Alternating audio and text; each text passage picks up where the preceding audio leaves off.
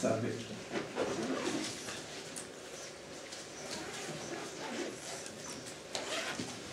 Ok.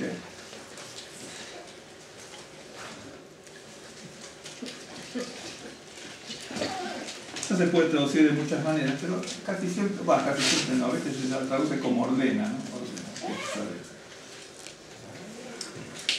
Vamos a cambiar de color.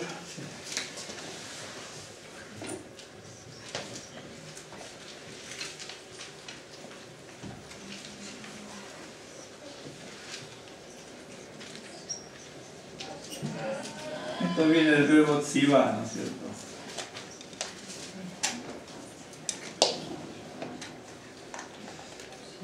El verbo es este. Bueno, esto es todo el verbo, ¿no es cierto? Que está en imperativo, ¿no es cierto? Para la segunda persona masculina, femenina, masculina, singular. Y este es el verbo, ¿no es cierto? Pero el verbo en la tercera persona es tzivá, así se pone como si fuera la raíz, ¿no? Por lo menos así. A mí me interesa mucho esta clase. El verbo se puede traducir como ordenar, mandar, decretar, nombrar, designar, testar, establecer. ¿No? Ordenar, mandar, establecer, designar, ordenar. Es el texto, ¿no? Y va, ¿no es cierto?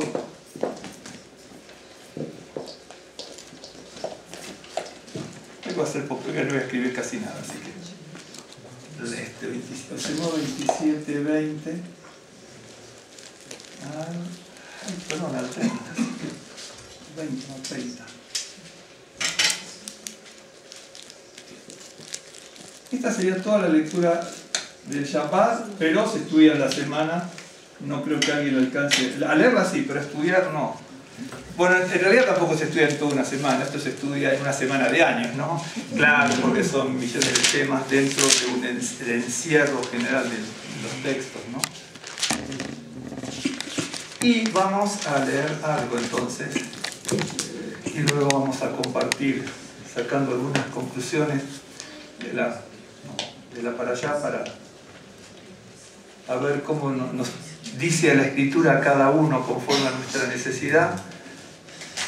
Y más que conforme a la necesidad que vea Dios en nosotros, ¿no? Porque ahí es más propicio, ¿no? Entonces en Shemot, en Éxodo 27,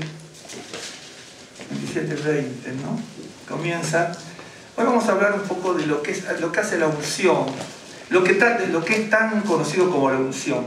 Nosotros, a veces, bueno, hay un concepto de unción, pero también el entendimiento de las palabras, ¿no? Porque cuando uno habla de unción, ¿no es cierto?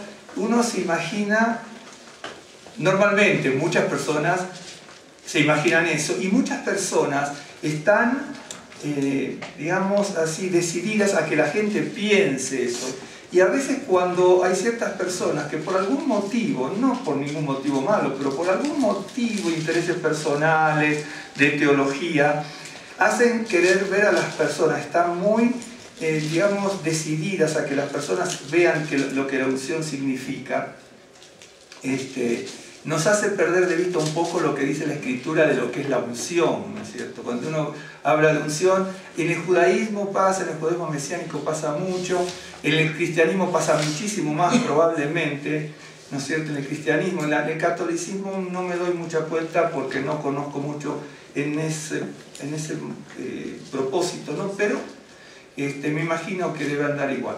Cuando uno habla de unción, ¿no es cierto?, o de ungir, o de ungido, uno se imagina una persona, ¿no es cierto?, súper carismática, ¿no es cierto?, y cuando uno ve la Escritura, toma otra simbología la ungir. De hecho, que la palabra ungir la tenemos muy arraigada, por ejemplo, los judíos también, ¿no es cierto?, la tenemos muy arraigada, los judíos mesiánicos, sean gentiles o judíos, también la tienen muy arraigada. La palabra, si yo tomo la palabra ungir, la palabra ungir viene del latín ungere. Ungere, nosotros conocemos la palabra ungir, pero no sabemos lo que significa ungir, en ese sentido. Ungir viene de ungere, del latín directamente. Ungere significa untar. Por eso, ¿vieron cuando cantamos en Pesaj? Una de las últimas canciones que yo les enseñé en ladino en Pesaj, que dice que alabamos al untado. ¿Se acuerdan cuando cantábamos en Pesaj? Alabamos al untado, porque en ladino no se habla mucho de ungido. ¿Por qué? Porque la palabra ungere, de donde va a venir la palabra ungir, porque ungir significa verter, untar, ¿no es cierto? Pero ungir nosotros la tenemos como una palabra religiosa, y no necesariamente ungir es una palabra religiosa. Hoy no le voy a poner, porque cuando teníamos la comida, un día les voy a poner 7 u 8 palabras entre hebreo y griego de la Biblia que pueden significar ungir. Por ejemplo, ¿se acuerdan cuando nosotros decimos, a ver si se acuerdan, Dishanta Vashemen Roshi? Unges con aceite, Roshi, mi cabeza. Bueno, de ahí se unge mi cabeza, pero ungir, es la palabra dishan, pero hay varias palabras para decir ungir. Por ejemplo, podría ser mayah, rojak, puede ser arrojar perfume, verter perfume, mezclar perfumes. Además no se unge solamente con aceite, con aceite. Se unge, por ejemplo, con aceite, se unge con agua, se unge con sangre. Los sacerdotes se ungían con sangre, en el lobo de la oreja, en el dedo y en la mano y en el pie. Y también se ungían con agua, porque había un ritual de lavamiento. Ese es un ungimiento. La tevilá, hecha en la mikvé, estoy hablando no de ahora, de hace siglos, en la época bíblica, era un ritual de ungir, pero en este caso es un lavamiento que unge con agua. ¿Por qué? Porque tiene que, en un sentido simbólico, ¿no es cierto?, dejar purificado el cuerpo de la persona. Entonces, ¿me está siguiendo? Y aparte se ungían muchas cosas, se ungían, por ejemplo, una persona dignataria, una persona que uno quería honrar en su casa, estoy hablando de la época bíblica o extrabíblica, pero de antaño, de Israel, por ejemplo. Y de otros pueblos también, pero hablemos de Israel, que es lo que nos compete a nosotros. Una persona iba a la casa de uno, ¿no es cierto? Y uno quiere honrar a esa persona porque es una persona muy importante, entonces se le ungía. Aparte se le daban cántaros de agua para que se lave las manos, los pies, para que se haga abluciones, y también se ungía con aceite. Sí, perdón. Hay un salmo que dice: ungirás con aceite en mi cabeza. Sí, ungirás con aceite, claro. Sí. Claro, el Salmo 23, bueno, sí, por ejemplo es el Salmo 23, unge mi cabeza con aceite. Acuérdense que no era un aceite comestible, era un aceite perfumado, ¿no es cierto? Claro. Pero unge mi cabeza con aceite, y se hace, por ejemplo, una persona que quieren demostrarle con gratitud su altura o estatura espiritual, su dignidad, ¿no es cierto? Se ungían, por ejemplo, no sé, desde un instrumento ritual en el templo o en el tabernáculo también se ungían reyes, profetas y sacerdotes. ¿Por qué? Porque con el ungimiento se demostraba que estaban designados, ¿no es cierto?, para el cargo con el cual fueron elegidos. Entonces eso le daba la autoridad, ¿no es cierto? Es un símbolo. Es consagración, exactamente, ¿no? Entonces se ungía de muchas maneras y cada cosa tenía significado. También, por ejemplo, recordarán ustedes, por ahí lo vemos después, cuando Saúl muere de una forma que no tenía que haber muerto, ¿se acuerdan? O por morir de la forma que murió. Un hombre que Dios hablaba por la boca de él, ¿no es cierto? Y Dios hablaba por la boca de él, y sin embargo termina suicidándose, y sus hijos y él con la cabeza enarbolada en las astas de las lanzas de los filisteos. No era una muerte que se esperaba del rey de Israel, cuya boca Dios hablaba a través de él, y profetizaba, hablaban en lengua porque tenían la glosolalia, y una cosa maravillosa. Y vio como lo que dice David, dice, ¿no es cierto?, el escudo no ungido de Saúl. Y murió, y hace una alusión a que el escudo de protección, pero el escudo no el escudo de madera, de cuero o enchapado en metal como podían tenerlo.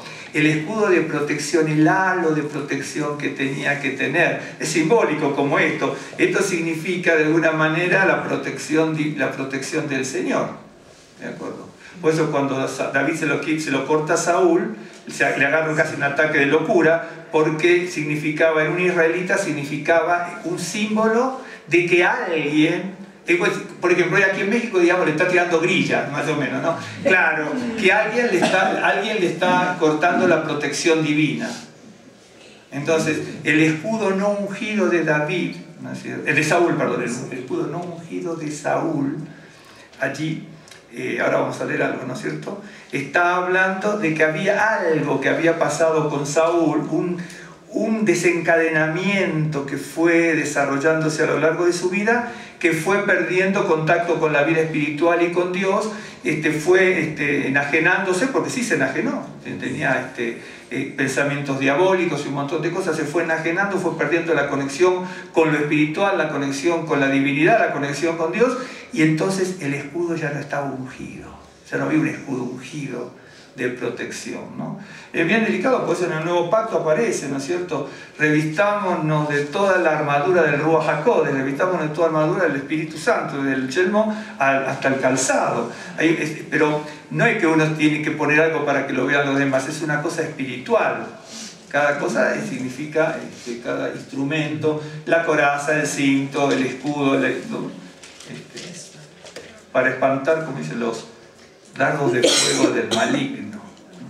Pero eso es un desarrollo espiritual, es un crecimiento y uno lo ve en la Escritura, ¿no?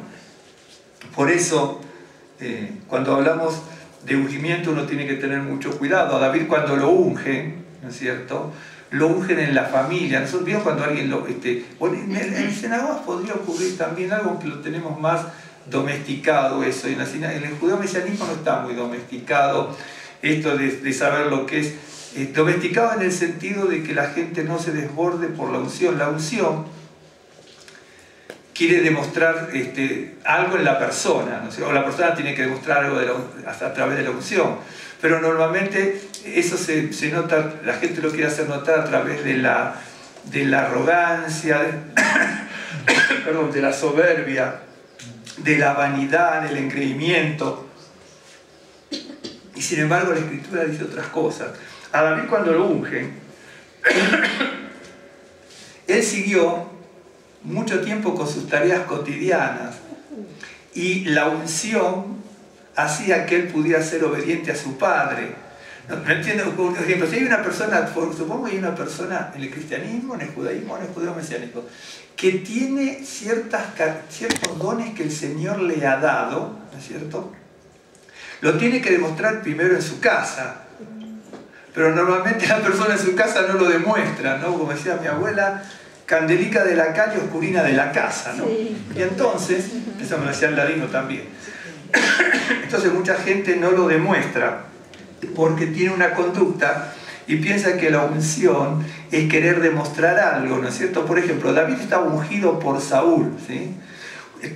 Por Samuel. Seguía obediente a su padre, lo mandan al frente de batalla, su hermano lo denigra delante de la oficialidad del ejército de Saúl, del ejército de Israel, lo denigra, lo humilla, ¿no es cierto? Y la persona ungida ahí lo que hace es retirarse con humildad. Nosotros, ¿no es cierto? Dicen, no, ¿por qué? ¿No es cierto? Yo soy ungido y a mí me tienen que escuchar, ¿no? Vieron que hay gente que lo hace, ¿no? Hay gente que lo hace. No escuche nada, tal cosa. En la unción, en la Biblia es otra cosa, ¿no es cierto? Habla de sometimiento, de humildad. Es todo lo contrario a la pedantería, a la presuntuosidad, a lo exuberante, ¿no? ¿Me está siguiendo? Muy bien. Y entonces David, por ejemplo, está ungido y te tiene que enfrentar también a Saúl. Y en ese ungimiento, si fuéramos nosotros a lo mejor tendríamos que decir, acá están mis credenciales, ¿no es cierto? Y claro, mis credenciales, mucha gente a veces en el judeo-mesianismo lo hace, ¿no es cierto? Vayan a tal otro, vayan a tal otro. Eso, cuando lee la Biblia uno se da cuenta de que eso no es así. Pero cuesta mucho. Yo pienso que Dios lo puede hacer en un segundo y cambiarnos las mentes a todos. pero yo pienso que esto cuesta generaciones y siglos, porque ya han pasado miles de años de que se escribió la Escritura y todavía seguimos con estos cuestionamientos, ¿no es cierto?, de quién, ¿no es cierto?, el mejor sacerdote, el mejor pastor, el más grande profeta, el más grande rabino, esto. ¿Y dónde es eso? Eso es lo contrario a la unción, porque la unción significa otra cosa, ¿no es cierto? Okay. Por ejemplo, la unción significa, como dice, es un texto que yo una vez le leí, ¿no es cierto?, que lo que es la Torá y el agua, ¿no? Y entonces dice, verdaderamente cuando la Torá es como el agua, ¿no es cierto?, que viene del Señor, si es eso, dice, una persona grande no tiene ningún prejuicio en decirle a una persona humilde, ¿por qué no me enseñas una letra de la palabra? ¿Por qué no me enseñas una frase de la palabra? ¿Por qué no me enseñas un versículo de la palabra? ¿Por qué no me explicas un capítulo de la palabra? ¿No? Pero, claro, eso no es tan fácil, no lo vemos a veces ni en cada uno de nosotros, porque si yo de repente por ahí les comento algo y viene uno y me dice, ¡ay, pero yo vi en internet tal cosa! ¡Ay, porque yo vi Yo también veo en internet y veo cada sandez a veces claro. Es ese tipo de cosas a veces que uno tiene que tener cuidado, ¿no? ¿Me entiende? Porque así, una cosa es a veces lo que uno puede ver, ¿no es cierto?, y otra cosa es el contexto en general, ¿no? Entonces David estaba ungido, y cometió muchos errores David, pero sí en la vida de David se puede ver cómo él fue llevando su unción, ¿no es cierto?, con obediencia, con humildad. Cuando le dice, pero tú no puedes pelear con Goliat, dice, mira, dice, cuando yo estaba con mis ovejas, dice, y venía un león y un oso, ¿no?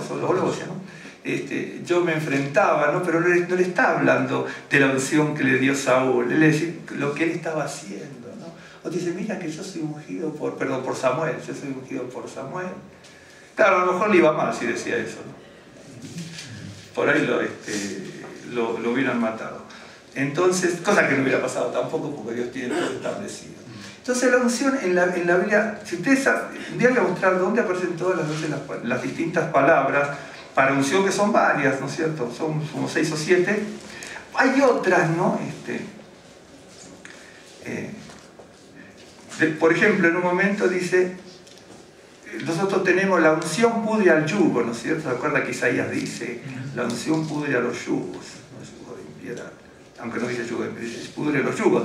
Pero en realidad, ¿no es cierto?, no dice así, porque no dice la palabra unción, dice aceite directamente. Entonces, la unción es vencida por el aceite. Perdón, la unción, los yugos son vencidos por el aceite, pero ahí es sinónimo de unción, ¿me está siguiendo? Hay muchas cosas que ver y la Escritura se sorprendería, ¿no es cierto?, cómo son nuestras traducciones y qué es verdaderamente lo que dice en hebreo, o en mismo griego, ¿no? Tengo algunas cositas aquí si tenemos el tiempo. ¿No es cierto? Entonces, 27:20, voy a leer primero 27:20, ¿no? Mandarás a los hijos de Israel que te traigan aceite puro de olivas machacadas para el alumbrado, para hacer arder continuamente las lámparas. En el tabernáculo de reunión, afuera del velo que está delante del testimonio, las pondrá en orden Aarón y sus hijos para que ardan delante de Adonai desde la tarde hasta la mañana, como estatuto perpetuo de los hijos de Israel por sus generaciones. Entonces, no solamente aquí, pero aquí ya vemos el aceite. Entonces, ahora voy a ver el capítulo 29. Perdón, ahí donde dice, y mandarás, ¿no es cierto? Y mandarás, esa es la palabra tetzabé, esa es, o algo dice ordenarás, ¿no es cierto? Es lo mismo, o mandarás, ordenarás, designarás, etc. Ahora vamos a leer el capítulo 29. Dice, esto es lo que harás para consagrarlos, para que sean mis sacerdotes.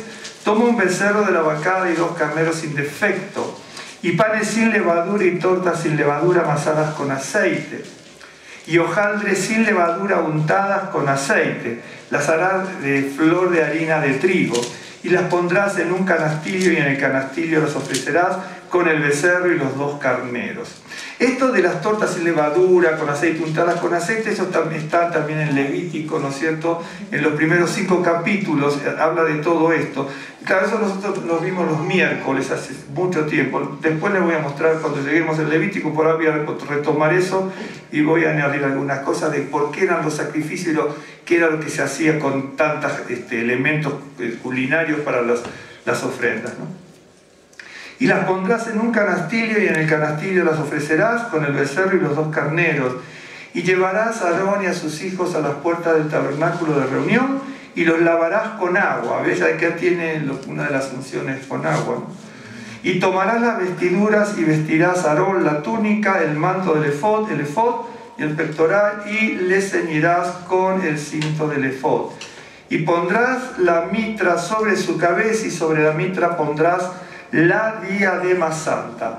Luego tomarás el aceite de la unción y lo derramarás sobre su cabeza y le ungirás. Esto es lo que vamos a hablar en líneas generales, qué es lo que nos dicen otros textos para que veamos qué es lo que hace, ¿no? Aquí estaban, ¿no es cierto?, demostrando que él era el siervo designado para tomar lugar en el sacerdocio de Israel. Y harás que se acerquen sus hijos y le vestirás las túnicas. Le ceñirás el cinto a Aarón y a sus hijos y les atarás las tiaras, y tendrán el sacerdocio por derecho perpetuo. Así consagrarás a Aarón y a sus hijos. Después llevarás el becerro delante del tabernáculo de reunión, y Aarón y sus hijos pondrán sus manos sobre la cabeza del becerro, y matarás el becerro delante de Adonai a la puerta del tabernáculo de reunión. Y de la sangre del becerro tomarás y pondrás sobre los cuernos del altar con tu dedo, y derramarás toda la demás sangre al pie del altar. Tomarás también toda la grosura que cubre los intestinos, la grosura de sobre el hígado de los riñones y la grosura que está sobre ellos, y los quemarás sobre el altar. Pero la carne del becerro y su piel y su estiércol los quemarás a fuego fuera del campamento. Es ofrenda por el pecado. Bien, es para leer y entrar más o menos en el tema. Voy a seguir leyendo, pero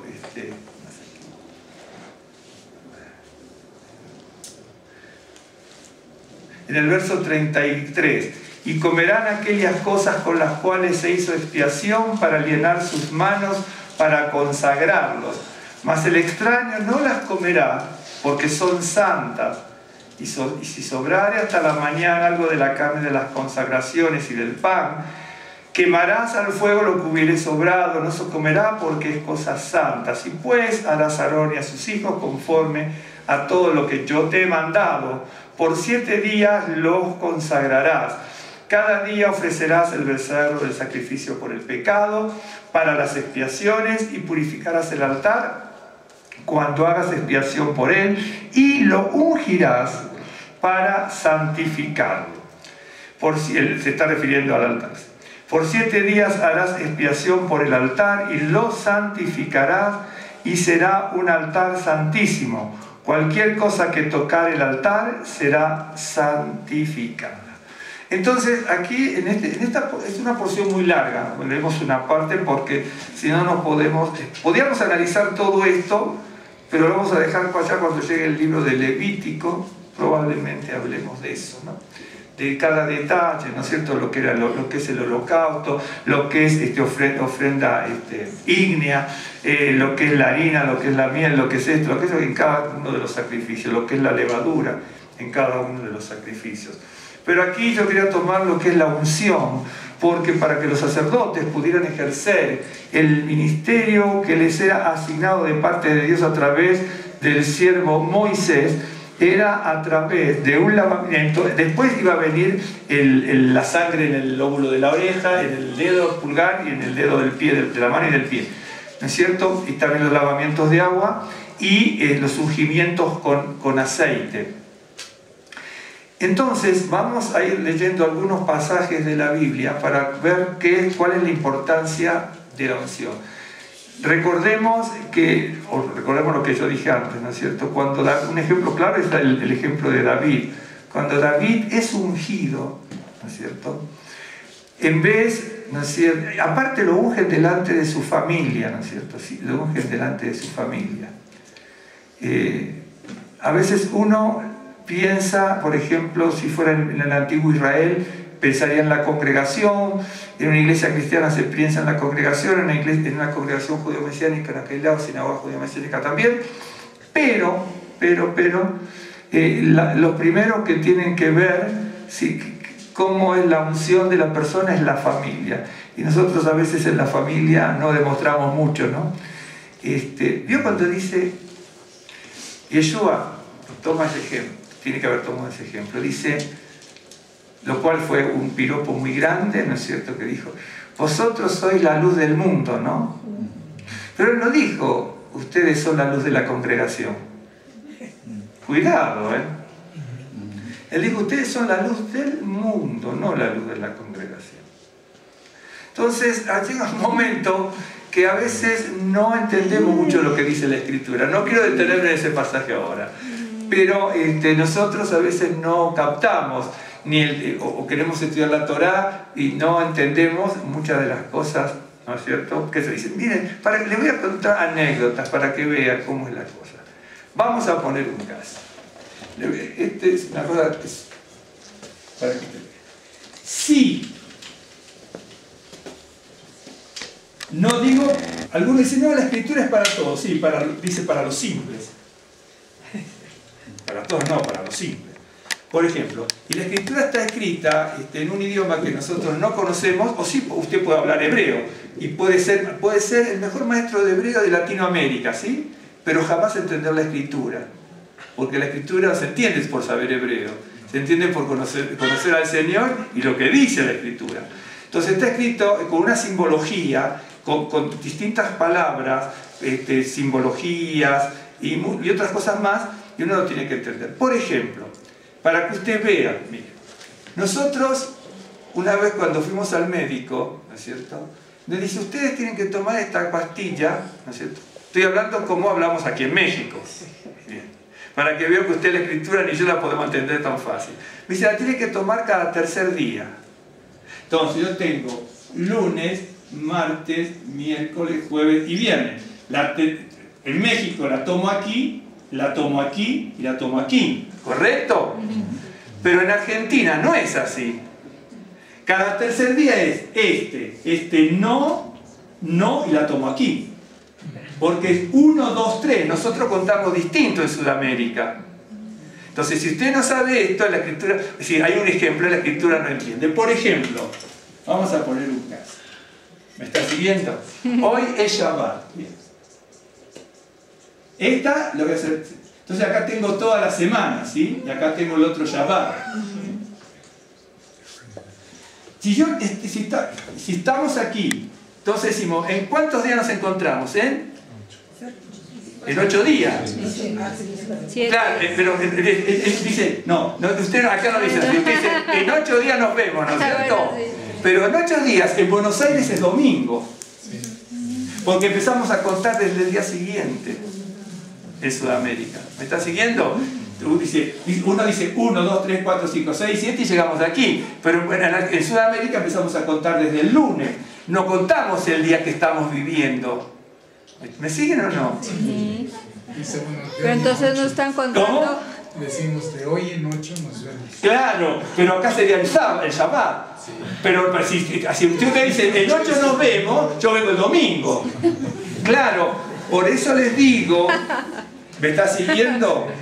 Por eso les digo, cuando uno estudia la Escritura, uno tiene que tener mucho cuidado. Por eso cuando el médico nos dijo cada tercer día, nos quedamos callados y dijimos, vamos a preguntar, salimos del médico hace muchos años, éramos nuevos. ¿Cómo? Sí, los dos primeros días lo tomamos mal. Entonces teníamos un cuadernito y decíamos, bueno, hoy es martes, miércoles, jueves no tomo el viernes, sábado, domingo no tomo el lunes. Era una lata hasta que la siguiente semana le preguntábamos a unos hermanos de la que ¿cómo? ¿Qué significa cada tercer día? Y un día sí, un día no. Claro. Ahora. Es que tiene que contar desde que toma su pastilla. Claro, 1, 2, pero en Sudamérica 3, lo hacemos. Lo toma el día anterior. Claro, pero en Sudamérica lo hacemos y la forma de contar es distinta. ¿Me entiendes? A mí dice, vengan en 8 días, entonces digo, bueno, lunes, martes, miércoles, jueves, viernes, sábado, domingo. Así, pero así son muchas cosas y estamos hablando del mismo continente, el mismo idioma, la misma época. Imagine usted que todos a veces queremos ser maestros de la Torá, maestros de la Escritura, y no es fácil, hermano. No es fácil, porque tenemos que adentrarnos en lo profundo de lo que dice el texto, no de lo que alguien me puede decir que se imaginó o que lo cree, ¿no es cierto? O que yo me lo imagino, sino verdaderamente qué es lo que me dice el texto. Entonces, por eso es que se toma mal hasta este concepto de la unción, ¿no es cierto? La unción es como si fuera una persona desbordada, ¿no es cierto? Y no necesariamente. Okay. Entonces, por ejemplo, les voy a mostrar. Les voy a tomar algunos pasajes, después usted los medita, los rumía en su casa y se fija, ¿no? Esa es la verdad. Okay.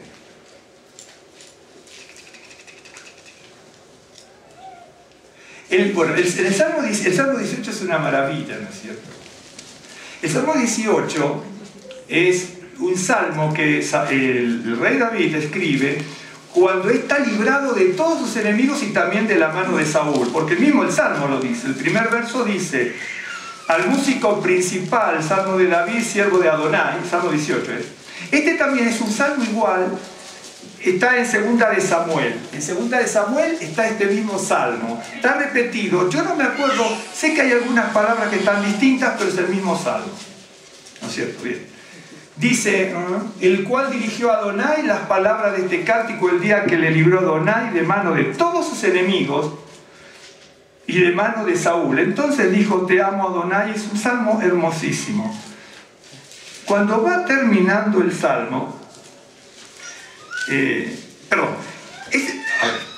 David está ungido, y a esto voy, porque no me quiero olvidar de algo que tenía presente y no lo tengo escrito, pero lo tengo presente en mi cabeza. David había sido librado de todos sus enemigos y de Saúl. Eso es lo que reza en el texto cuando comienza. Dice: todos sus enemigos y de la mano de Saúl fue librado. Entonces comienza toda una alabanza. Habría que analizar todo el salmo, por supuesto. Voy a mostrar una sola cosa, ¿no es cierto? Y entonces, en el verso 50, dice: grandes triunfos da a su rey y hace misericordia, ¿no es cierto?, a su ungido, a David y a su descendencia para siempre.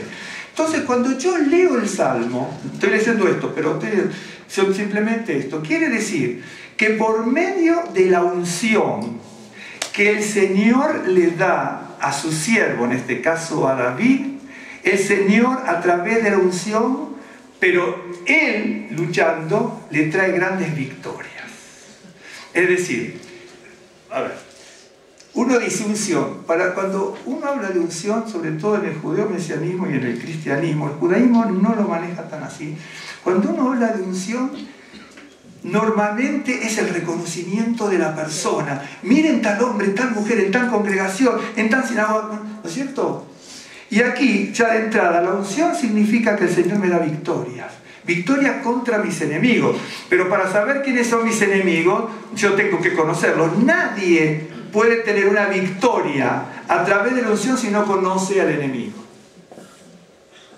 Y para conocer al enemigo tiene que estar empapado de las cosas de Dios. Realmente sí. Porque uno quiere, a veces, uno como creyente, a veces como judío mesiánico también, quiere tener ciertos mecanismos, ciertas cosas. Por ejemplo, la gente, o mucha gente, abre un midrashim y ya tal cosa, ¿no? Abre en la Kabbalah tal cosa, abre el Zohar tal cosa, ¿no es cierto? Y esto no es magia, esto es una forma de vida. ¿Me están siguiendo? Es una forma de vida. Por eso al principio es como todo, ¿no? Cuando uno tiene que tener mucho cuidado. El Tanaj habla mucho de eso, que voy a decir hoy, el Nuevo Pacto también. Tener cuidado cuando uno empieza con las cosas del Señor. Porque a veces cuando somos muy eufóricos, ¿no es cierto?, nuestro temperamento de euforia, al correr de los meses y los años, va a ir decayendo. ¿Por qué? Porque no vamos a encontrarlo muchas veces lo que nosotros queremos o buscamos o esperamos de las cosas de Dios. Hay cosas que a veces no se nos van a dar en la vida, entonces uno se empieza a aplacar, a desilusionar, a desesperanzarse. Uno se sanó, el otro no se sanó, el otro tiene un trabajo bárbaro, el otro no lo tiene, uno tiene tal cosa y el otro no la tiene. ¿Me está siguiendo? Entonces uno tiene que tener mucho cuidado cuando empiezan las cosas del Señor. Y uno va a ver muchos pasajes en la Escritura donde la Escritura habla, ¿no es cierto?, de eso, que hay que tener mucho cuidado cuando uno comienza. Yo me acuerdo, siempre les conté una historia, varias veces les conté. Cuando uno empieza, acá nosotros en Argentina tenemos un dicho, ¿no es cierto?, cuando uno, por ejemplo, usted toma un empleado nuevo en su trabajo y el tipo se esfuerza, la mujer se esfuerza, ¿no? En Argentina, ¿no es cierto?, decimos, escoba nueva barre bien. ¿Me entiende? O lima nueva raspa bien, ese tipo de cosas, ¿no es cierto? O talla bien, ¿me entiende? Pero después, claro, el otro está diciendo, mira, no me están mirando, me tiro. Aquí dicen, tiene arranque de caballo fino. Sí, está muy bueno, sí, claro, sí. Claro, por ejemplo, entonces en las cosas bíblicas pasa exactamente lo mismo. Pasa exactamente lo mismo, ¿no es cierto? Nosotros en Buenos Aires también tenemos 1000 casos para contar. Y aquí de México también. ¿Qué pasó? Sí, no está pasando tanto. En Buenos Aires me acuerdo un muchacho, ya se lo conté, un muchacho viene, muy buen chico, de verdad muy chico. Dice, yo quiero hacer lo que sea. Viene yo, bueno, está bien, no sé de dónde venía, me acuerdo de qué congregación. Dice, ¿lo conoció usted? Bueno, dice, yo no sé, me pongo de portero en la calle, barro bueno, las primeras semanas venía así, ya después cuando venía, ya venía así. Y al principio venía con una euforia, ¿no es cierto? Por eso hablo de la unción. Cuando uno es eufórico, uno tiene que tener mucho cuidado, porque uno quiere hacer esto, quiere hacer lo otro, quiere hacerlo de más allá, ¿no es cierto? Y uno con el tiempo se va a dar cuenta de que uno empieza volando, sigue corriendo y termina caminando, ¿no? Es así, está en la Escritura, ¿no? Y entonces acá dice, bueno, grandes triunfos da a su rey y hace misericordia a su ungido. Quiere decir, ¿no es cierto?, que por medio de la unción el Señor nos va a dar a sus hijos grandes victorias. Pero no dice que la unción aquí le hizo reconocimiento personal, le da la victoria sobre sus enemigos. Y fíjese, por ejemplo, que le voy a leer esto porque seguramente usted lo leyó millones de veces, pero no es la palabra que usted cree ahí, exactamente. En el verso 35 dice así: me diste asimismo el escudo de tu salvación, tu diestra me sustentó y tu benignidad me ha engrandecido. Lo voy a tomar con esa palabra que dice así, pero no dice así. Es una palabra muy compleja para traducir. Es muy simple, pero muy compleja para traducir. Si fuéramos nosotros, o tuviésemos paleros al lado nuestro, ¿no es cierto? Siempre está alguien en la congregación, un amigo, alguien que lo empieza a rodear, ¿no es cierto? Ya uso los términos de aquí. En Argentina se trataba de los paleros, ¿no es cierto? Aquel que le soba el lomo, que le adora la piedra y todo este tipo de cosas, ¿no es cierto? El adulador, claro. Si fuera así, al decir, bueno, fui engrandecido por la unción que me dio el Señor, ¿no? Pero no dice así. Dice, fui engrandecido por tu benignidad. Bien. Pero no es benignidad, es una palabra es terriblemente simple la palabra. Por eso me traje varios libros aquí para que vean que traduce de distintas maneras. Bien. Es decir, este hombre salvado, ungido de Dios, y que tenía unas virtudes, capacidades, dones que vienen de Dios y que potenciaban su vida. Claro que sí, claro que sí.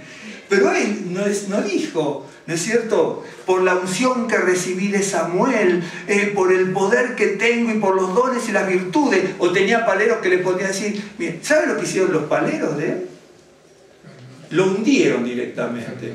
Claro, ¿por qué le dijeron, ahí está Saúl? ¿no es cierto? Cuando estaba en la cueva, ahí está Saúl, ¿se acuerdan? En el tiempo que el Señor dijo, el enemigo está en tu mano, lo pongo en tu mano. Es decir, los amigos y guardaespaldas del ejército de David, ¿sí? Porque eran los íntimos amigos y los guardaespaldas, que tenían intereses creados para sacar a Saúl, y que ellos pudiesen ser como ministros o generales principales del ejército de David o del ejército de Israel, querían pasar a degüello a Saúl. ¿Sí? Y entonces ahí es cuando David le corta los flecos y le dice que bueno, que el Señor me guarde de haber tocado al ungido, porque estaba ungido. Él también estaba ungido, pero como está ungido no puede tocar al ungido ni tocar a nadie, porque el ungido no hace eso. ¿Me estás siguiendo? El ungido no puede hacer eso. Y se da vuelta y los reprende con una palabra que un día les mostré, no viene al caso. Es una palabra muy dura, es como lo que les traspasó el interior con la reprimenda que les dice, ¿cómo me dicen eso? Y yo digo, tremendo, tremendo. Porque el ungido tiene conducta, tiene ética, tiene decencia, tiene honestidad, tiene moral, ¿no es cierto? Pero nosotros cuando vemos el sentido de ungido, ¿no es cierto? Es el ungido. ¿No? Y justamente es todo lo contrario. Usted sabe, ahora no le voy a leer todo porque tengo, bueno. Si yo le dijera lo que dice benignidad, se sorprendería, porque yo te la nombré 20 veces esa palabra. La palabra benignidad que está aquí es el femenino de esta palabra que usted la conoce.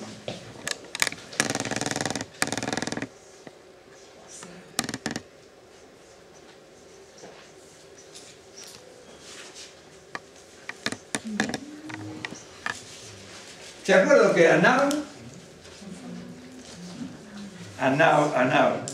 ¿Quién era Anab? El único Anab que había en la Biblia antes de Yeshua, Moisés. Moisés. La palabra Anab, ¿no es cierto?, es la palabra que significa humilde, modesto, sumiso, menesteroso y pobre. Tiene algunas otras cosas también, desgraciado. Cuidado que la palabra desgraciado nosotros la tenemos como rara, como mala, pero desgraciado significa caído de la gracia. Pero desgraciado, nosotros tenemos como desgraciado sinónimo de porquería, ¿no es cierto? Este es un desgraciado, este es una porquería, ¿no es cierto? Pero desgraciado significa desgracia, la gracia caída, ¿no es cierto?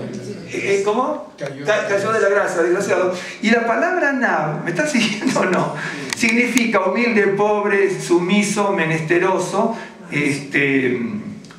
humilde, bueno, modesto también. Y significa también, si quieren, desgraciado, porque significa, cuidado, no sinónimo de porquería, ¿no? Porque eso es coloquialmente. Ok.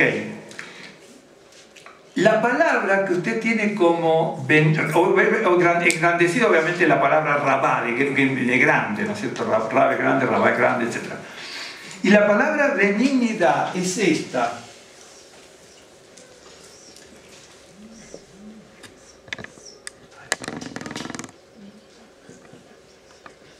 Es la palabra anbá. Anbá es el femenino de esta. Anbá, ¿sí? Anbá. Aparece dos veces, esta anbá aparece 2 veces en la Biblia y en el Salmo 45:4. Nada más 2 veces aparece la palabra anbá. Esta palabra anbá es el femenino de Anab. Suena raro porque acá dice Anbá y acá Anab. Mire, Ain Nun Vav, y esta es la declinación femenina. La Hei es declinación femenina en este caso. La Hei puede significar declinación femenina, puede significar acento, varias cosas. Pero acá tiene Ain Nun Vav, Nun Vav, ¿no es cierto? Entonces, es esta. Bien, ok. La palabra Anbá también significa humildad, modestia, sumisión. También significa clemencia y condescendencia. ¿De acuerdo? Si ustedes se fijan en las Biblias que yo traje acá, que traje 3, bueno, la Torá, el Tanaj completo, y 2 de salmos distintos en hebreo, y va a ver lo distinto que se puede traducir. No le quiero decir cómo se puede traducir porque no es el estudio de esto, sino simplemente por qué estoy llegando a esto. Porque acá dice que merced a la unción que Dios vertió sobre su siervo David, le proveyó, ¿no es cierto?, de grandes victorias. Pero las grandes victorias que le proveyó a través de la unción, que lo engrandeció, lo hizo, fue como consecuencia no de su benignidad, de su humildad, ¿no es cierto?, sino la del Señor. Por ejemplo, muchos lo traducen así. Esta es una palabra tremendamente sencilla, pero en este pasaje es difícil de traducir. Porque no significa cualquiera, si ve benignidad, pareciera que puede ser la palabra Tob o la palabra Tobá o alguna de esas. Pero no es esa palabra. Es la palabra Ambá, que es el femenino de Anab, que significa modesto. ¿De acuerdo? Entonces yo puedo traducirlo, bueno, tu diestra me sustentó y tu clemencia, tu conmiseración, condescendencia. Yo le voy a mostrar solamente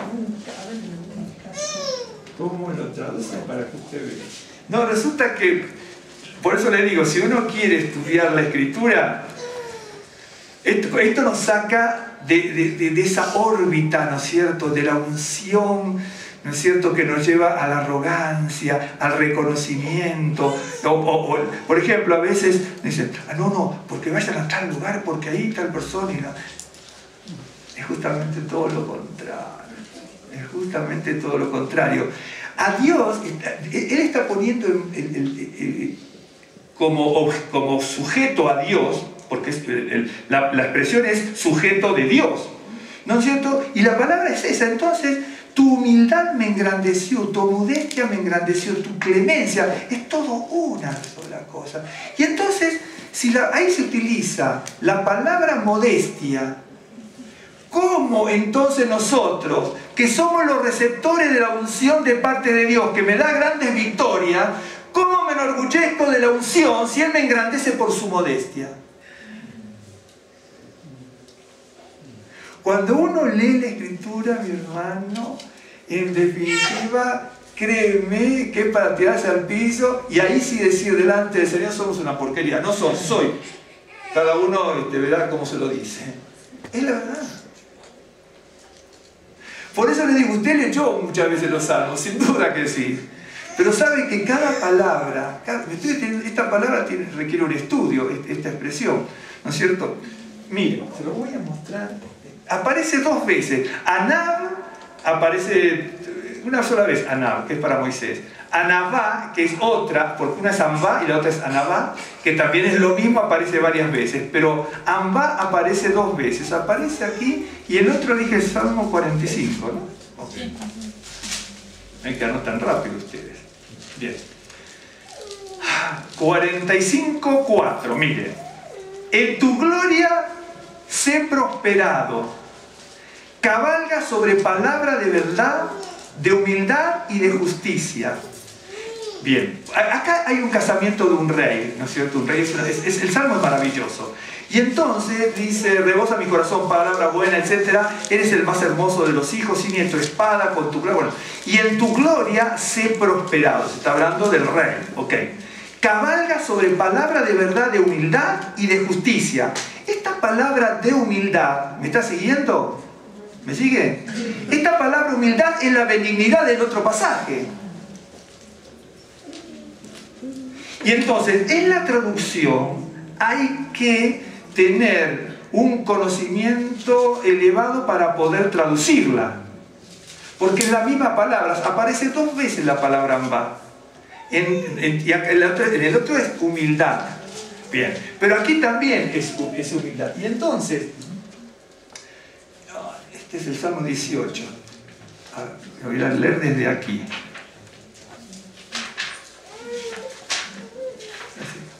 Para que vean solamente, no me quería detener en esto, pero es bien interesante. 18, ¿cuánto es este? 35, ok. 18, 35, bien.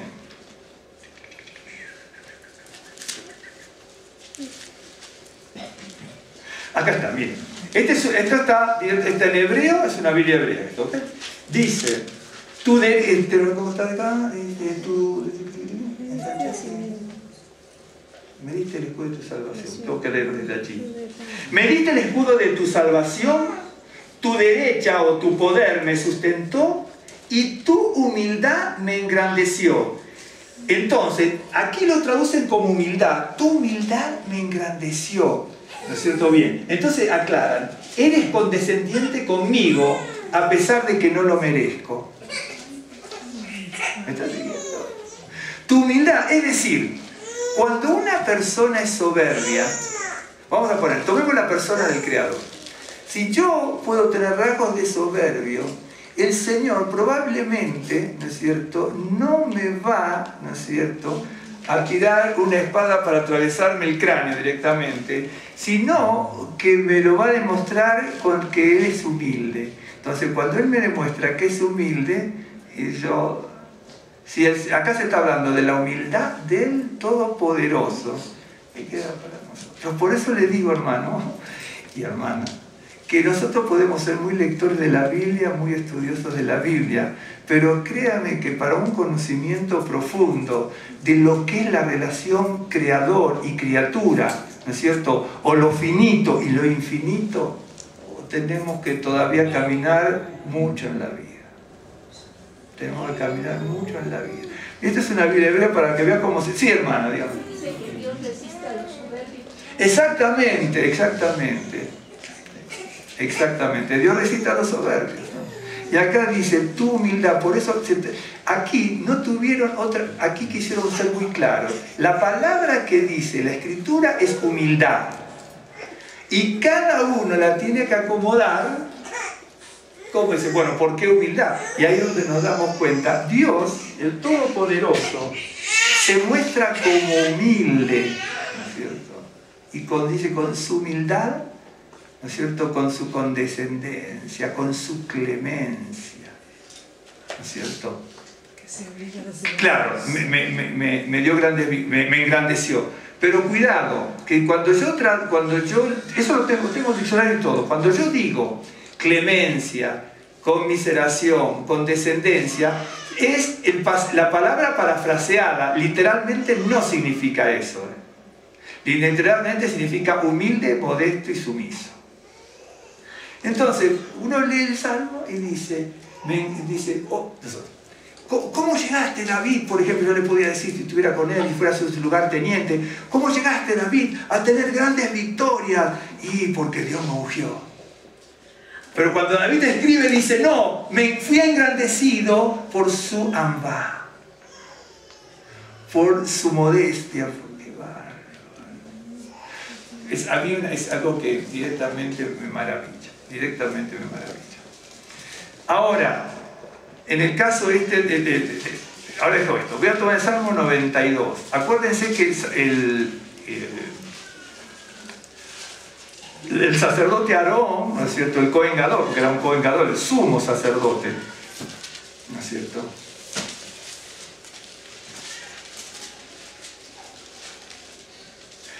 fíjense, miren esto a mi mente y se lo digo por si no... Ustedes vieron que en el catolicismo, con todo lo respeto, está el sumo pontífice. El sumo pontífice era Aarón, porque es el Cohen Gadol, el Cohen sacerdote, ya no es sacerdote, porque un día vamos a hablar de las palabras esas, pero Gadol es grande y bueno, el gran sacerdote.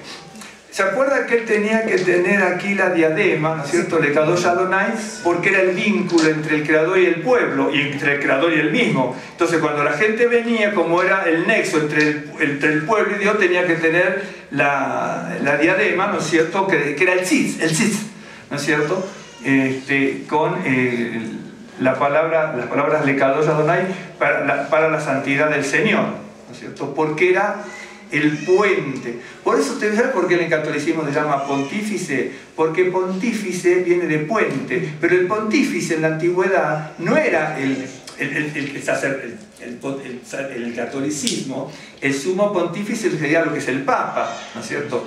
Pero el pontífice en Roma no era religioso, el pontífice era el ministro de Obras Públicas, que era el que diseñaba todos los puentes.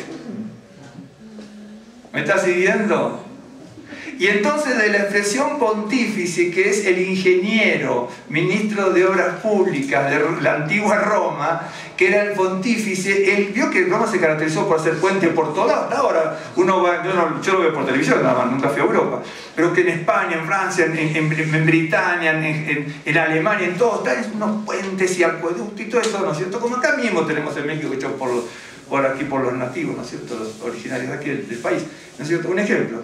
Y entonces, de ahí viene el pontífice. Entonces, tomaron ese ejemplo, pero tomaron del hebreo, porque el Aarón era el puente entre el Creador y el pueblo. Y entonces el catolicismo toma lo que es el Papa, ¿no es cierto?, como el sumo pontífice, el puente entre Dios y el pueblo. ¿Me estás siguiendo? Pero cuando uno dice, por ejemplo, yo digo sumo pontífice, mucha gente, ¿no es cierto?, desprevenida, lleva su mente al Vaticano. Pero es que Aarón era el sumo pontífice, porque era con el cis que tenía, era el puente entre el pueblo y Dios. Un ejemplo, ¿no? Por eso lo tenían que ungir, tenía que estar ungido, porque tamaña tarea y privilegio, y también tamaña tarea tenía, ¿no es cierto? Bien, en el Salmo 92, este salmo es maravilloso, este es un salmo para el día de Shabbat, ¿no es cierto?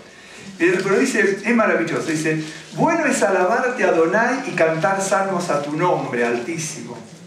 Anunciar por la mañana tu misericordia y tu fidelidad cada noche, en el decacordio, en el salterio, en tono suave con el arpa, por cuanto me has alegrado, oh Adonai, con tus obras, ¿no es cierto?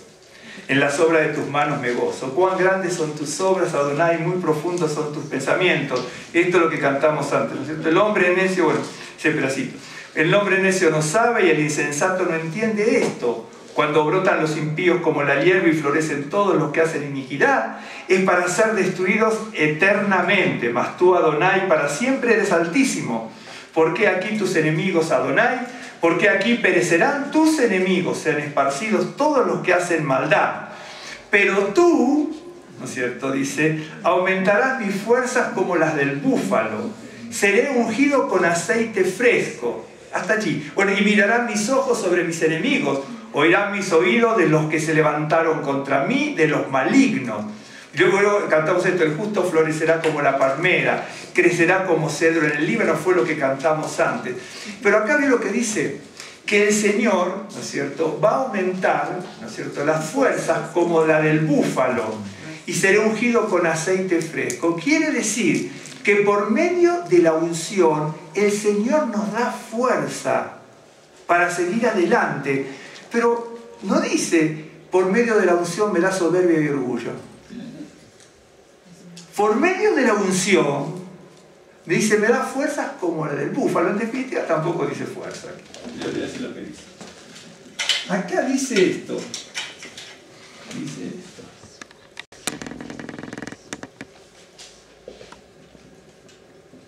Dice queden. Esta también es una palabra interesante, tremendamente interesante, ¿no? Queden. Queden. La palabra queden significa cuernos. Tiene muchos significados, muchos significados. Por ejemplo, significa cuerno. Tanto cuerno de altar, claro, como cuerno de aceite, ¿no es cierto? Porque un día le voy a mostrar cuándo se ungía con cuerno y cuándo se ungía con redoma. Son distintas las unciones, una ungir con aceite con cuerno y otra vez ungir con aceite de redoma. Dice, significa rayo no que rayo aquí algo, rayo de resplandor, un rayo de resplandor, ¿no es cierto? También significa shofar. El shofar es un keren, también es un cuerno, ¿sí? Un día le voy a mostrar la Kabbalah, todos los Kabbalah de shofar y keren, ¿no es cierto?, para que vea qué numerología tiene y por qué es en Yom Kippur, ¿no? Entre otras cosas. Le voy a mostrar dónde está la numerología de tanto de shofar como de keren, se sorprenderá. también significa, Keren significa ladera de un monte. ¿Sí? ¿Sabe lo que significa Keren también? Fondo, pero no fondo de estar en el fondo, fondo de capital. Por ejemplo, yo digo Keren Kayem de Israel, ¿no es cierto? Keren Kayem de Israel, fondo, ¿no es cierto? Agrario de Israel, fondo o capital, es capital de inversión también significa, es increíble. Me imagino que porque, claro, usted dice, pero como la palabra Keren significa cuerno, tanto cuerno de un animal como cuerno del altar, como un cuerno de aceite. También significa ladera de la montaña, un rayo de resplandor, un rayo, si sea un rayo que venga de una lámpara, que es un Keren, o un rayo de un relámpago, es un Keren, ¿no es cierto? Y también significa, bueno, obviamente, lo que nos importa a nosotros es símbolo de fuerza y poder, ¿no es cierto? Por eso dice, sí, perdón. La confusión que existe en la traducción de Moisés. Ah, sí, ya sé, dilo. El que está en el de Miguel Ángel, ¿no? El de Miguel Ángel, donde traduce mal. Sí, le pone y por eso le pone cuernos a Moisés. ¿Vieron los cuernos que tiene el Moisés, no? Porque la palabra Keren significa resplandor, que brillaba, y entonces tradujeron como cuerno y le pusieron cuerno. Por eso le digo, claro, sí, son las cosas que uno tiene que saber, aprender, ¿no? ¿Nunca vieron al Moisés, ¿no es cierto? Porque ahí dice Keren. Entonces dice, cuando Moisés bajó tenía Keren, entonces si yo traduzco cuerno, le pongo cuerno, pero ahí el resplandecer. Claro, exactamente. Por eso le digo, y sabe cuántas cosas hay así de mala interpretación en la congregación, la misma en el judaísmo. ¿Por qué piensan que los rabinos también desde la antigüedad piensan distinto? Usted, por ejemplo, usted se compra un libro de Kabbalah o interpretación del Zohar y va a ver que los rabinos pensaban distinto. Para mí este pasaje significa esto, para mí este pasaje significa lo otro, y nadie se agarraba a golpe. Cada uno dice, bueno, yo lo interpreto así, bueno, paciencia. Claro, con una coherencia, obviamente con una coherencia. Entonces Moisés fue ungido allá arriba en el Sinaí, ¿podría decirse la Biblia? No, bueno, sí, claro, ahí está.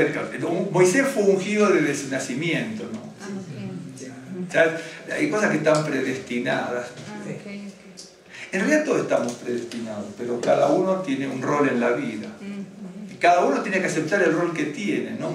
Cuando uno quiere cambiar de rol, no quiere decir que uno no pueda hacer una cosa, hacer otra, o hacer otro, pero cada uno... Yo, por ejemplo, quise ser el gran concertista de guitarra, me maté 20 años tocando la guitarra, ya no toco nada. Pero bueno, sí, claro, es cierto, yo daba conciertos en Argentina y daba recitales de guitarra clásica y todo esto, pero la vida es así. Bueno, entonces, pero tú aumentarás mis cuernos, mi fuerza como la del búfalo, seré ungido con aceite fresco. El aceite fresco es un símbolo, pero es un símbolo que se utiliza para que la persona vea que está dispuesta para tal o cual servicio. Entonces, cuando uno dice, a Aarón lo tenemos que ungir para que la gente vea que está al servicio del Señor y es lo que le da la autoridad, el símbolo de autoridad, ¿no? Pero yo cuando leo los salmos, tome los versículos nada más, ¿no? Entonces, por medio de la unción del Salmo 18, el Señor nos va a dar grandes victorias, ¿no es cierto? Bien. Y por medio de la unción, el Señor nos va a dar fuerzas, ¿no es cierto?, como la del búfalo. Bien, les voy a mostrar algo más. Tantos ejemplos, ¿no?, que hay en la Escritura. También cuando dicen que se unge al enfermo, la unción del enfermo es la victoria. Claro, pero dice que cuando, claro, por ejemplo, tomas del Nuevo Testamento, el Nuevo Pacto, sí, correcto. Ajá, dice, bueno, que vayan a los ancianos, dice, lo ungirán con aceite y la oración de fe, claro, pero el aceite es un símbolo. Ajá, sí. Eso nos sana, nos salva. Ajá. Lo que y la oración de fe hará tal cosa. ¿Sí?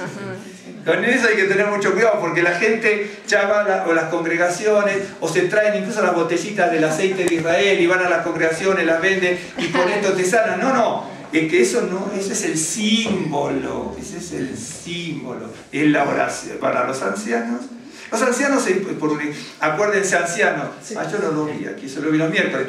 Anciano no se refiere a un hombre viejo, puede ser un hombre de mediana edad, pero se refiere a hombre sabio, ¿no? Sí. A hombre sabio.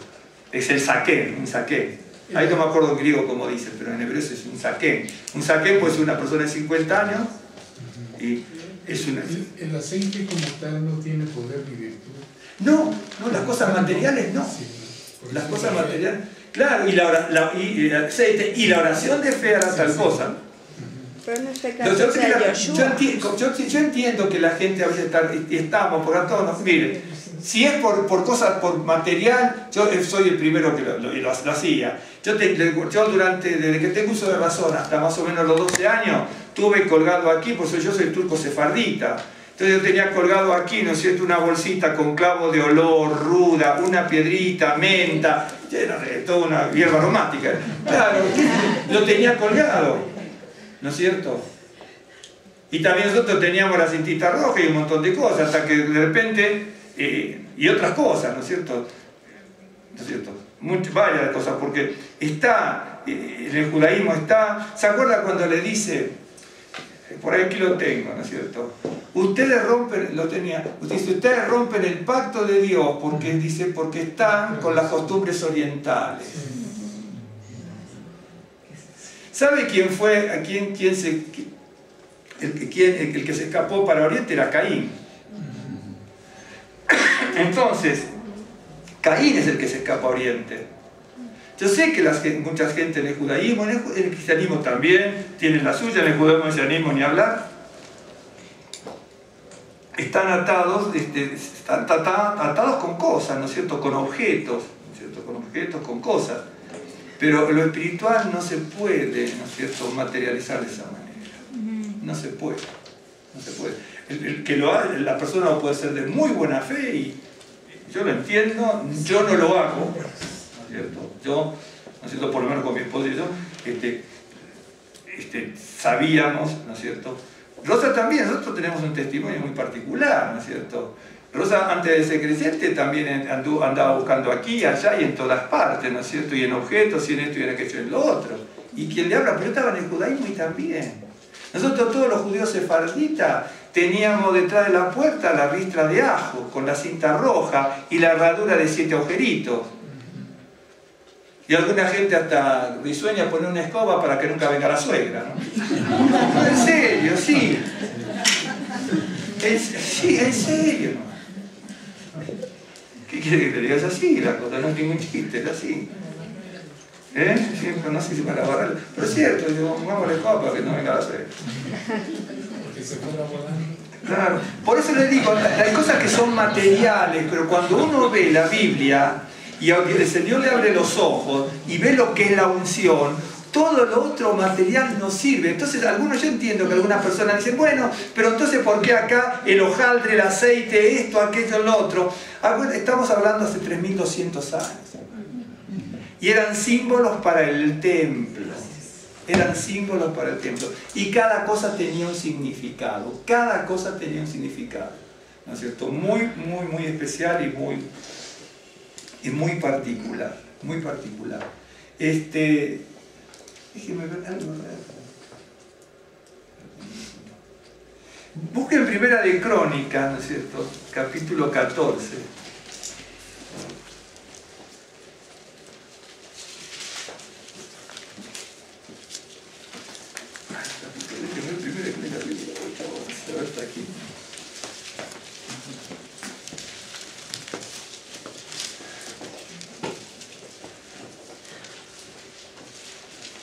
Mire esto, desde el verso 8, oyendo los filisteos que David había sido ungido rey sobre todo Israel, subieron todos los filisteos en busca de David y cuando David lo oyó, salió contra ellos. Fíjense lo que pasa con la unción. Cuando hay una verdadera unción, vienen a todos en contra de él. Enseguida, lo ungieron, ¡pum! Ahí le pegamos. Tremendo. Si usted leyera todos los pasajes, yo acá tengo más o menos 60, 70 pasajes, ¿no es cierto? Tal vez más, ¿no es cierto? Y son ni la mitad, ni la cuarta parte de todos los que hablan de la unción en la Biblia. Y si cada uno los analizara, uno se daría cuenta de que en ningún pasaje donde se habla de unción, ¿no es cierto?, se habla de unción como nosotros creemos a veces en la iglesia cristiana o como se cree en el judeo-mesianismo. Son totalmente distintos. El concepto de unción que tenemos así coloquialmente, muchos de nosotros, tanto en la judeo-mesiánica, en la sinagoga judeo-mesiánica, no hablo de judaísmo, el judaísmo lo maneja de otra manera. O en ciertas órbitas del cristianismo, cuando uno lee verdaderamente, en honor a la verdad y a fuerza de ser sincero, como dice la Escritura, no tiene ni punto ni comparación. Lo que dice la Escritura con lo que a veces se dice piensa la gente. Y entonces, dice que David está ungido y se fueron contra él. Y vinieron los filisteos y se extendieron por el valle de Refaim. Entonces David consultó al Señor diciendo: subiré contra los filisteos, los entregarás en mi mano. Y Adonai le dijo: sube, porque yo lo entregaré en tus manos. ¿Qué hace el verdadero ungido? Consulta a Dios. ¿Sabe? Dice, no, ¿cómo lo dice mucha gente? No, pero usted vaya y hágalo. O no he escuchado alguna vez eso. No me diga que no lo he escuchado, porque le puedo dar ejemplo incluso de gente que me contó cosas aquí. No ustedes, pero otros tantos que pasaron por aquí. ¿No es cierto? El verdadero ungido es sumiso, modesto. ¿No es cierto? Él dice, los oficiales dicen: mira lo que está pasando. Entonces, pero vamos, David, porque tú eres el ungido. Nos vamos a consultar al Señor. El verdadero ungido obedece y consulta. Solamente con leer muy sutilmente y someramente, ya en el primer plano histórico, ya uno se da cuenta de lo que está diciendo. Dice: Adonai le dijo: sube, porque yo los entregaré en tus manos. Subieron pues, voy a leer hasta 12. Subieron pues a Baal Perasim, y allí los derrotó David. Dijo luego David: Dios rompió mis enemigos por mi mano, como se rompen las aguas. Por esto llamaron el nombre de aquel lugar Baal Perasim, que significa el Señor que quebranta. Porque Baal es Señor y Perasim lo quebrantado, ¿no es cierto? Viene de Pérez, que significa quebrar. Pero ve lo que dice, ¿no es cierto? Dios rompió mis enemigos por mi mano. El verdadero ungido consulta y le da la gloria a Dios. Y solamente en un pasajito chiquito. Entonces, ¿no es cierto? Por medio de la unción, los enemigos, por medio de la unción que Dios da, y saca. Por eso tenemos que rogar que Dios deposite sobre cada uno de nosotros sus dones, sus capacidades, las virtudes que vienen de lo alto. Nosotros las queremos adquirir, ¿no es cierto?, por ósmosis. Y la cosa no, ósmosis y otra vez, no es así. Eso viene a través del recorrido de una persona, a veces más largo, otras veces más corto, ¿no es cierto? El recorrido. Entonces, por medio de la, acuérdense, por medio de la unción que Dios da, el Señor da grandes victorias, y por medio de la unción nos da poder, ¿no es cierto?, fuerza como la del búfalo. Bien. Y por medio de la unción, ¿no es cierto?, cuando se obedece y se consulta, ¿no es cierto?, son entregados a nuestros enemigos. Pero acuérdese la unción anterior. Dice, cuando el Señor, como dice, su humildad me engrandeció. Acuérdese, ese pasaje lo leyó muchas veces y uno no lo puede llegar a entender muy bien, ¿no? Porque su humildad me engrandeció. Pero cuando uno se va dando cuenta de lo que dice la Escritura, si fuera, no digo usted, seguramente no, pero si nos unimos todos en conjunto aquí, millones mucho más, ¿no es cierto? Diríamos, acá, si fuéramos David, alguno de nosotros diríamos: vieron lo que hicimos. No es la gloria y la honra, ¿no? Déjenme ver una cosa. Tengo por aquí.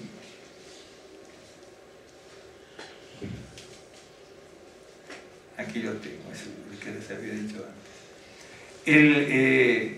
Vio que dice que a través de la unción se vencen a los enemigos.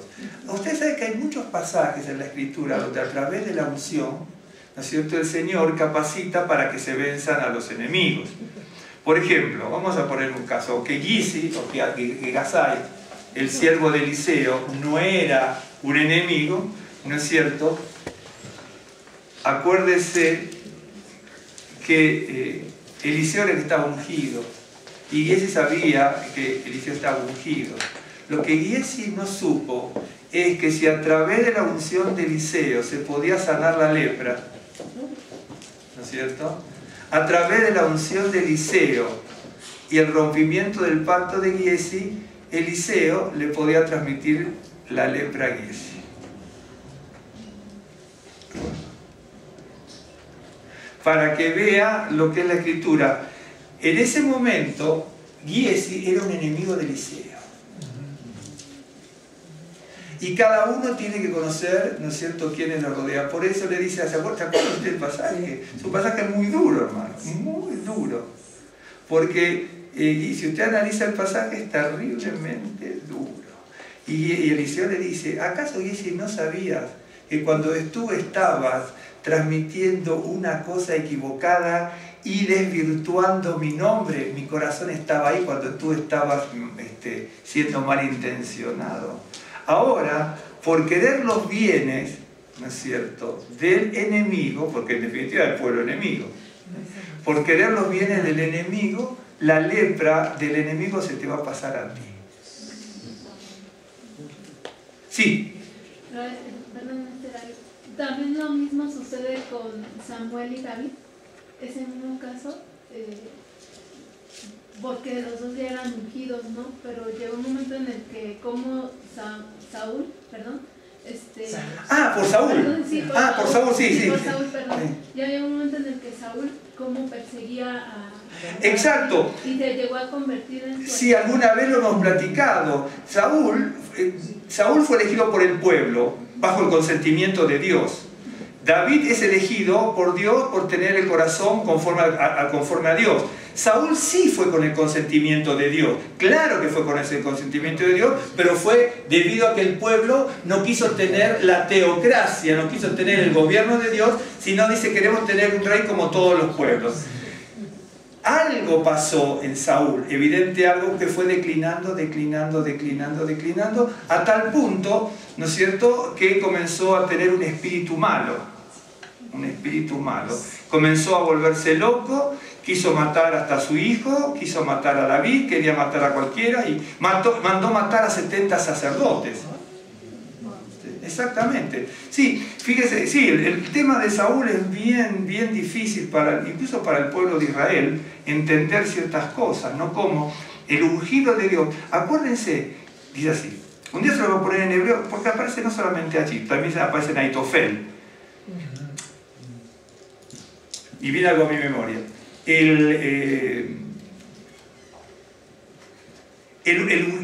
Dios hablaba a través de Aitofel y Dios hablaba a través de Saúl.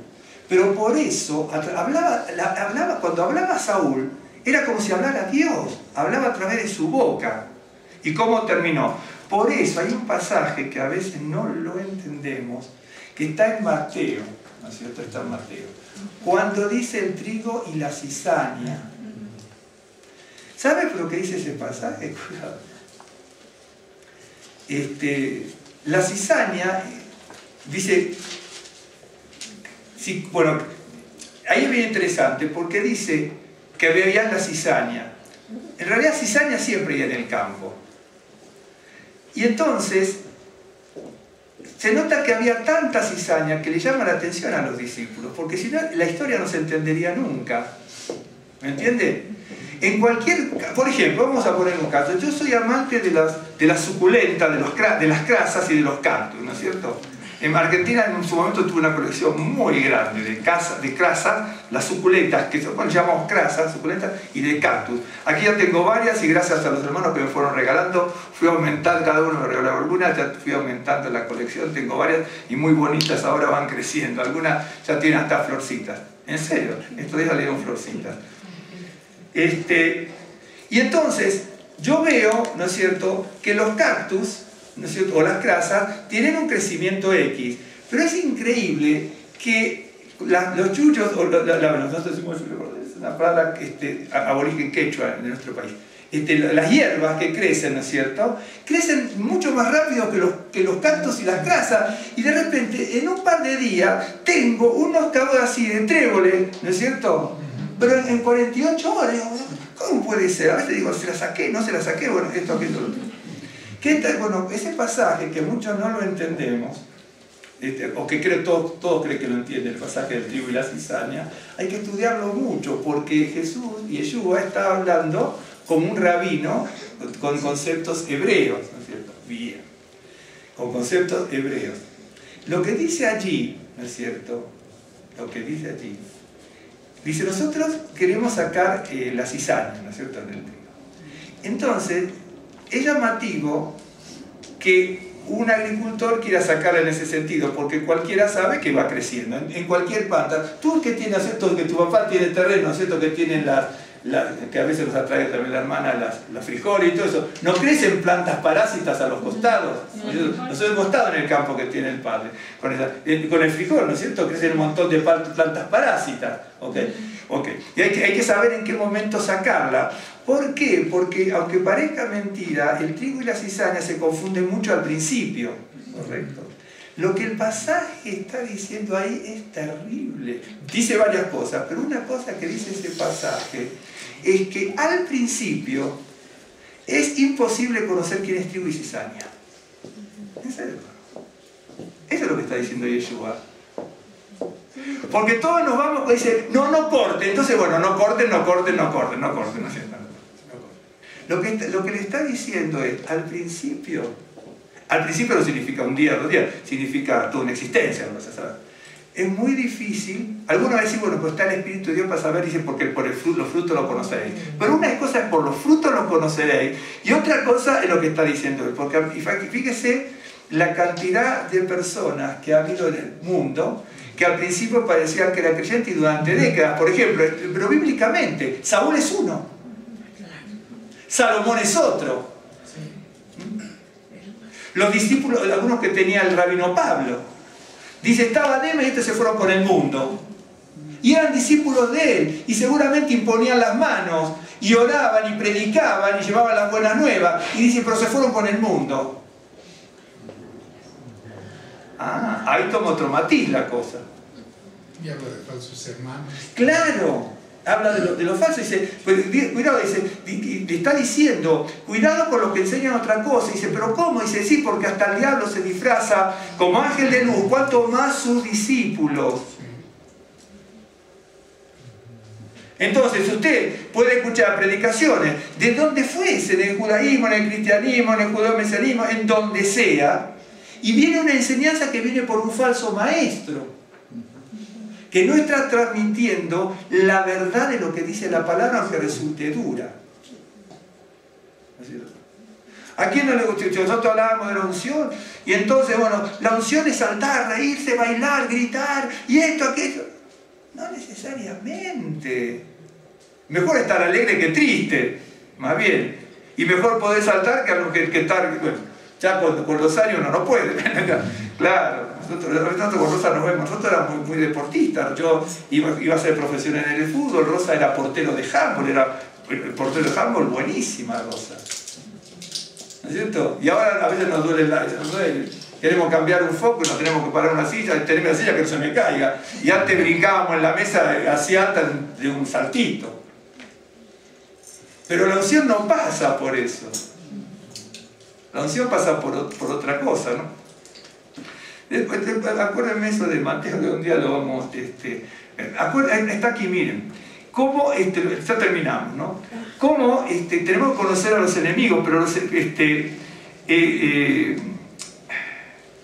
se rompe el pacto de Dios, ¿no es cierto?, por la rebeldía. Por ejemplo, está en Segunda de Reyes, lo terminaron todo acá, 17:34, ¿no es cierto? Dice, hasta hoy hacen como antes, ni temen a Adonai. Pero lo voy a buscar de acá, lo voy a buscar de acá, porque aquí... Sí, ahora lo busco. Segunda de Reyes 17. Pero voy a leer desde acá por una razón, porque acá tengo... Yo me anoto el bosquejo nada más del versículo, pero quiero mostrarles una cosa, 17:34. Ah, no puede ser, aquí en Primera de Reyes, no. Segunda de Reyes, dice aquí está. Un segundito.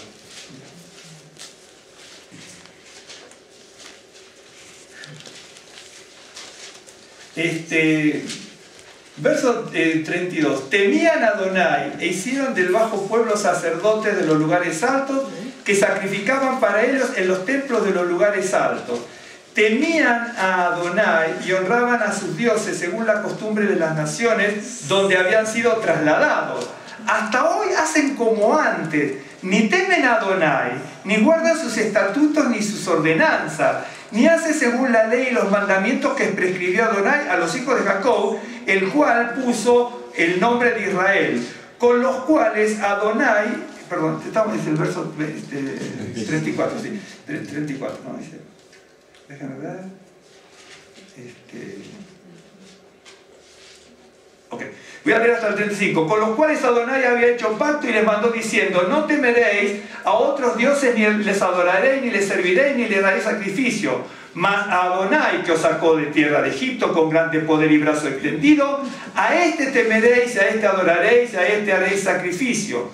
Bien, en el verso 34 dice: hasta hoy hacen como antes, ni temen a Adonai, ni guardan sus estatutos, ni sus ordenanzas, ni hacen según la ley y los mandamientos que prescribió Adonai a los hijos de Israel, el cual puso por nombre el nombre de Israel. Es decir, hacían costumbres de los pueblos paganos, pero este es nuestro pueblo judío. Entonces, hacen costumbres de los antepasados. Tenían las costumbres de los antepasados, ¿no es cierto? Y por eso se rompe el pacto. Y aquí está esto que yo les decía, con esto vamos a terminar, es en Mateo 13. Ya después les mostraré todo esto de cómo vencer a tus enemigos, ¿no? Dice, el reino, Mateo 13, 24, 25 solamente, le refirió otra parábola diciendo: el reino de los cielos es semejante a un hombre que sembró buena semilla en su campo. Pero mientras dormían los hombres, vino su enemigo y sembró cizaña entre el trigo y se fue. Miren, aquí hay cosas, solamente esto, por no analizar todo el pasaje, ¿no es cierto? Y la cizaña es una hierba incluso que es venenosa, ¿sí? La cizaña es bien interesante. Una de las formas de decir cizaña en hebreo es esta.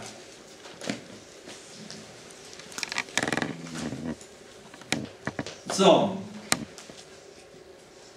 Zon es cizaña, ¿sí? Y es bien interesante porque la cizaña es algo que es una cosa nociva. Y es bien interesante porque algunos rabinos la hacen venir de esta palabra, lo cual no está mal.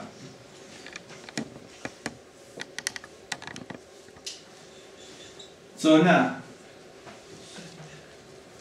Estas tres letras son estas tres primeras letras, ¿correcto? Nada más que la nun se escribe así y la nun final así. Zoná significa prostitución, prostituta. La única diferencia es la Hei que está aquí, ¿okay? Que es la declinación femenina, ¿okay? Entonces, la cizaña es una prostitución, una mezcla nociva, una corrupción de lo que es el verdadero trigo. ¿Me está siguiendo? Ahora, cuando uno analiza este pasaje, que uno lo ve tan sencillo, que se sembró la cizaña, yo he leído autores que me maravillé lo que escribieron de un pasaje así, escriben páginas y páginas y páginas, porque uno lo lee, dice, y los discípulos que bueno quieren sacarla, pero mientras dormían los hombres vino su enemigo y sembró cizaña. La cizaña, ¿no es cierto?, se va a sembrar. ¿Sabe cuándo se va a sembrar cizaña? Supongamos que yo le digo algo en contra de alguien, siembro cizaña, en definitiva, ¿sí? Bien. Si usted captó la cizaña, es porque usted estaba dormida. Y yo estoy dormido. ¿Me está siguiendo? Porque a mí si me vienen a sembrar cizaña, si yo estoy dormido espiritualmente, no me van a hacer caer. Cuando alguien le dio, que a veces se siembra cizaña, incluso entre los hermanos, en la familia, en la sociedad, en los trabajos, uno tiene que estar despierto. ¿Por qué se sembró cizaña? Porque los discípulos estaban dormidos. Los que tenían que cultivar el campo. Vamos a poner un caso. Nosotros somos una congregación, con mucho, con menos, con poco, lo que fuese. Entonces, ¿qué ocurre? Todos nosotros, aquí en donde sea, tenemos que hablar de la palabra del Señor, ¿correcto? Bien. Tenemos todos que hablar de la palabra del Señor. Si alguno se duerme espiritualmente, le va a caer la cizaña enseguida, porque la cizaña se siembra cuando estamos dormidos. Pero no dormidos porque estemos durmiendo roncando. No, cuando estamos ocupados, distraídos, preocupados por cosas que quisiéramos hacer y no las hacemos, y esto y aquello, ¿me está siguiendo? Cuando uno lee el pasaje se sorprende. Se sorprende. Y lo primero que dice el pasaje aquí, ¿no es cierto? Él le dice, no le corresponde a ustedes. ¿Se acuerda que hay otro pasaje que lo corrobora? Cuando están en el capítulo 12 de Mateo, también, cuando en la última profecía dice que se va a tirar la red. El Señor es el que tira la red, no nosotros. ¿De acuerdo? Por eso, si nosotros verdaderamente estuviéramos ungidos, jamás a ninguno de nosotros se le tendría que haber grabado la cizaña del chisme, por ejemplo. Si a usted se le grabó en su cabeza la cizaña del chisme, es porque usted no está ungido y está dormido, directamente. O una falsa doctrina, ¿no? O una falsa doctrina. Claro, porque el hecho de estar dormido no es durmiendo. Por eso a veces uno no se da cuenta de ciertas cosas. Por eso dice, ¿sabes? Nuestro amigo, ¿cómo es? Aarón, tenía que estar ungido, ¿no es cierto? Aarón está ungido con agua, con aceite y con sangre. De hecho que nosotros, como judíos, en la antigüedad estábamos ungidos con sangre, porque se hacía aspersión de la sangre de Yom Kippur contra el altar adentro, ¿no es cierto? Y luego contra el otro animal que debía ser sacrificado, se ungía con sangre haciendo aspersión contra el pueblo. Sí, por eso ahora que nosotros creemos en Yeshua, dice la sangre de Yeshua, ¿no es cierto?, tiene poder para limpiarnos de todo pecado y limpiarnos de toda maldad. Es así. Pero cuando uno lee la Escritura, uno cree que capta todo y a veces no lo capta. Si nosotros fuimos en algún momento, en este momento seguramente no, pero si en algún momento fuimos presa de la cizaña, es porque prostituyeron el pan de vida que tenemos adentro, porque la palabra de Dios es pan de vida. Y esa palabra que es pan de vida se prostituye, entonces nos dormimos y entonces le damos cabida a cualquier cosa que ande flotando por ahí. Por eso dice, ¿cuándo se sembró la cizaña? Cuando estaban dormidos. A usted y a mí no nos pueden venir a sembrar el mal en nuestras vidas, ¿no es cierto? Si nosotros estamos tomados del Señor, dice, yo soy la vid verdadera, ustedes son los pámpanos, dice el Señor, sin mí nada podéis hacer. Y ese tipo de cosas también, de expresiones, de palabras, ¿no es cierto?, que da vida, también está en el nuevo pacto. Si usted y yo damos cabida a la cizaña, si usted y yo damos oído a la cizaña, si usted y yo damos lugar a la cizaña, es porque estamos dormidos, no conocemos la palabra, no la conocemos. Por eso, hay tantos detalles, después me voy a marcar las cosas que nos vimos para poder verlas, ¿no? Pero en otro momento. Por eso vamos a hacer una oración y rogar a Dios que nos bendiga, nos guarde y nos libre de todo mal. Elohenu, Elohea Botenu, Señor Dios nuestro, Dios de nuestros padres, Baruch Hashem, bendito sea tu nombre. Señor, te damos gracias por la oportunidad que tenemos de alabar tu nombre con tu palabra, Señor, cantada, delante de tu presencia, humillados nuestros corazones delante del trono de la gracia, Señor, postrando nuestras vidas en el lugar santísimo. Pedimos perdón de todo aquello con lo cual te hemos defraudado, pedimos perdón de todo aquello con lo cual te hemos desagradado y ofendido, pedimos perdón humillados delante de tu presencia, Señor, por el pecado cometido contra nuestro hermano y contra nuestro prójimo. Y rogamos, Señor, que abras las ventanas de los cielos y derrame desde lo alto la piedad divina sobre cada uno de nosotros, sobre nuestras familias, sobre nuestros hogares, sobre nuestra Keilah. Señor, tú no eres deudor de nadie, tú eres grande, misericordioso y hacedor de maravillas, tú eres Rey eterno, Señor de señores, no hay nada imposible para ti.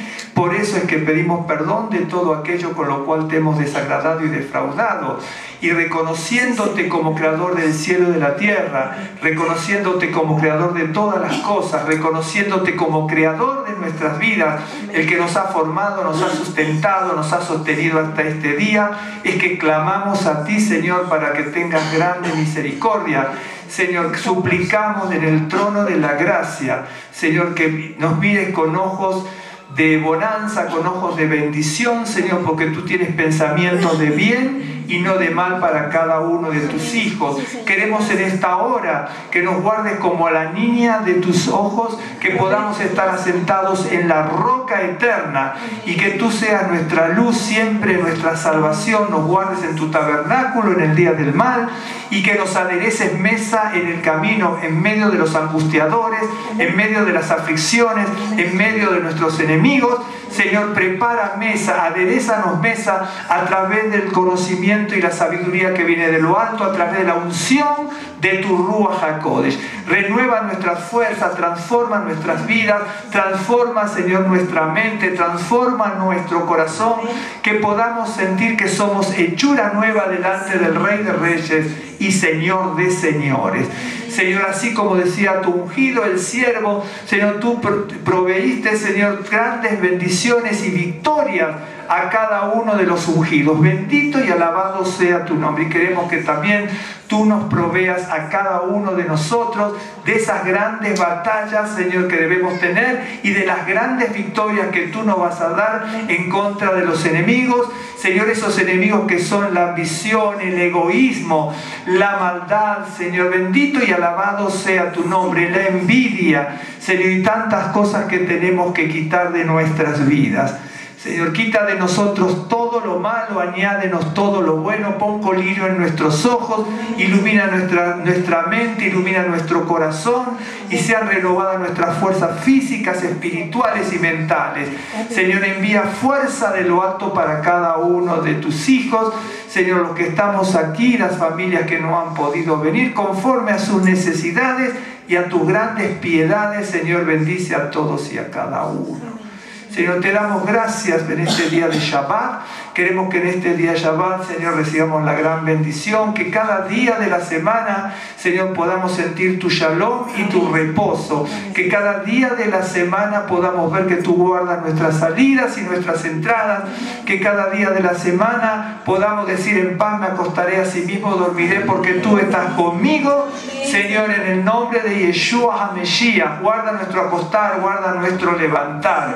Confiamos en tus grandes misericordias. Levanta nuestra cabeza, fortalece nuestras vidas, fortalece nuestro ánimo, trae aliento de vida para nuestro corazón, humilla el poder del diablo, tapa la boca de Satanás, anula el consejo del maligno que se haya vuelto desde el pasado hasta el presente en nuestras vidas, en nuestros hogares, en nuestras familias, en nuestra Keilah. Humilla el poder de Amalek, Señor, que nos quiere impedir que vayamos hacia adelante. Humilla el poder de Ahitofel, Señor, que quiere traer destrucción.